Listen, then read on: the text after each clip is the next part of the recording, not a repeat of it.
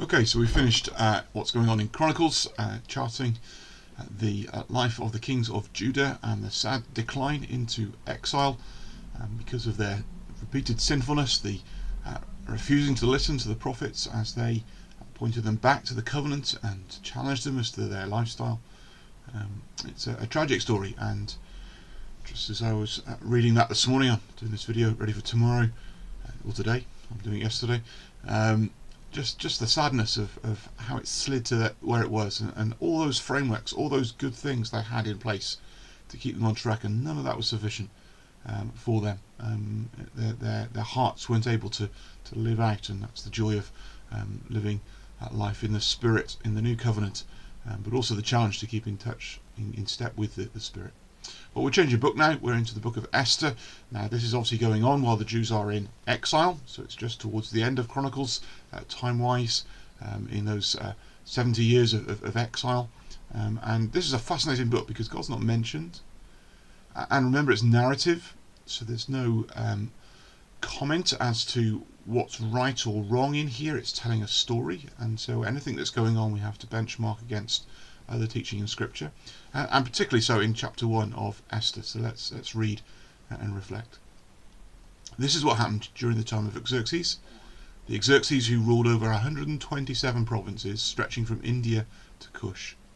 At that time King Xerxes reigned from his royal throne in the citadel of Susa, and in the 3rd year of his reign he gave a banquet for all his nobles and officials. The military leaders of Persia and Media, the princes and the nobles of the provinces were present. For a full 180 days he displayed the vast wealth of his kingdom and the splendour and glory of his majesty.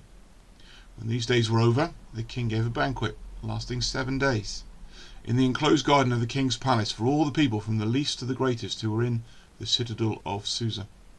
The garden had hangings of white and blue linen, fastened with cords of white linen and purple material to silver rings on marble pillars. There were couches of gold and silver on a mosaic pavement of porphyry, marble, mother of pearl, and other costly stones. Wine was served in goblets of gold, each one different from the other, and the royal wine was abundant in keeping with the king's liberality. By the king's command, each guest was allowed to drink without restriction, for the king instructed all the wine stewards to serve each man what he wished. Queen Vashti also gave a banquet for the women in the royal palace of King Xerxes. Let's just pause there. Here is the great ruler of the day, partying, celebrating his power and his might and his wealth, inviting all and sundry in the capital city. This is a massive time of self-celebration, of rejoicing in power, in using all of that to enjoy oneself and celebrate with others. It is a self-indulgent time as Xerxes leads in this, and as the wine literally flows, there is this sense of we've got more than enough. There's nothing we can't afford. There's nothing we can't enjoy. On the 7th day, when King Xerxes was in high spirits and wine, he commanded the 7 eunuchs who served him, Mehuman, Biztha, Harbona, Bigtha, Abagtha, Zetha, and Carcass, to bring before him Queen Vashti, wearing her royal crown, in order to display her beauty to the people and nobles, for she was lovely to look at. But when the attendants delivered the king's command, Queen Vashti refused to come. Then the king became furious and burned with anger.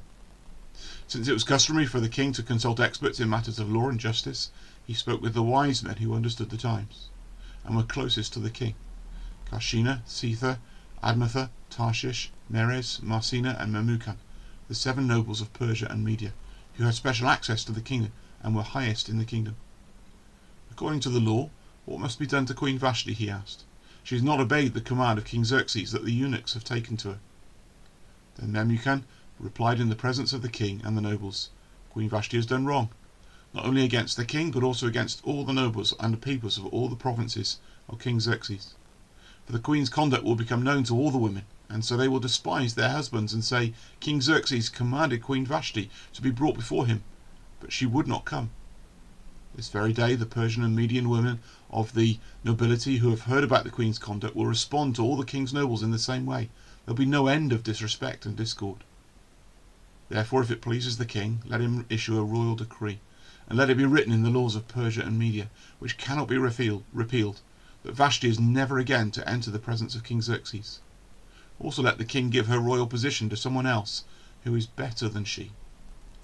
Then when the king's edict is proclaimed throughout all his vast realm, all the women will respect their husbands from the least to the greatest. The king and his nobles were pleased with this advice, so the king did as Memucan proposed. He sent dispatches to all parts of the kingdom, to each province in its own script, and to each people in their own language, proclaiming that every man should be ruler over his own household, using his native tongue. So what's going on here? In the midst of this party, in the midst of this celebration, there is a domestic dispute between the king and his wife. The king is high on his alcohol. How drunk he is, we're not told, but clearly he's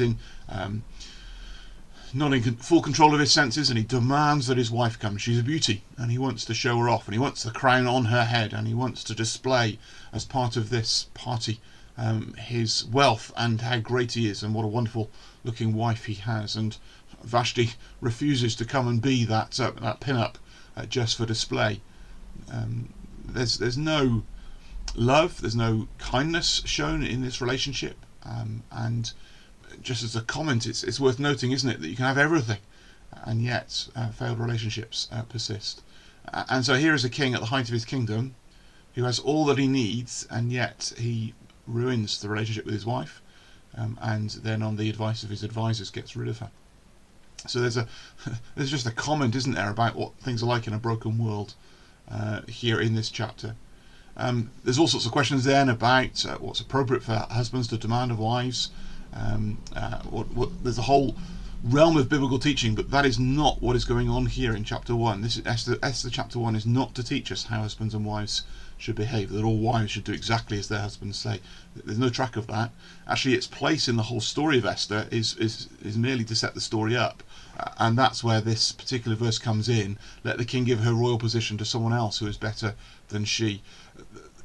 God, what we're going to see in the book of Esther is God uses this domestic dispute to put Esther at the heart of the kingdom, so that when God's people are rescued, she's in place to be able to mediate for them. It's part of the storyline of what's happening here, and showing how God intends all things for the good of his people. So this chapter is not a prescriptive chapter on this is how marriage relationships should be. It's a descriptive one of what happens in the midst of a godless community when they are partying and self-indulgent and celebrating their greatness. The relationships fall down, and the king is going to demand a new wife according to the advisors, and that is going to be Esther, as we'll see in the coming chapters. So I think it's a reminder, just because you've got everything doesn't mean relationships are going to go well, often quite the opposite. It's a sad reflection on how men can treat women. It's not a good chapter at all in that. Women are not there to be summoned and commanded and do as their men say, like puppets or servants. That's never the teaching of Scripture. But this is all preparatory for what God is going to do through the book of Esther. And he is... Although his name's not mentioned in the book, you see his fingerprints all over it, and we can just stop and see how God is at work in that.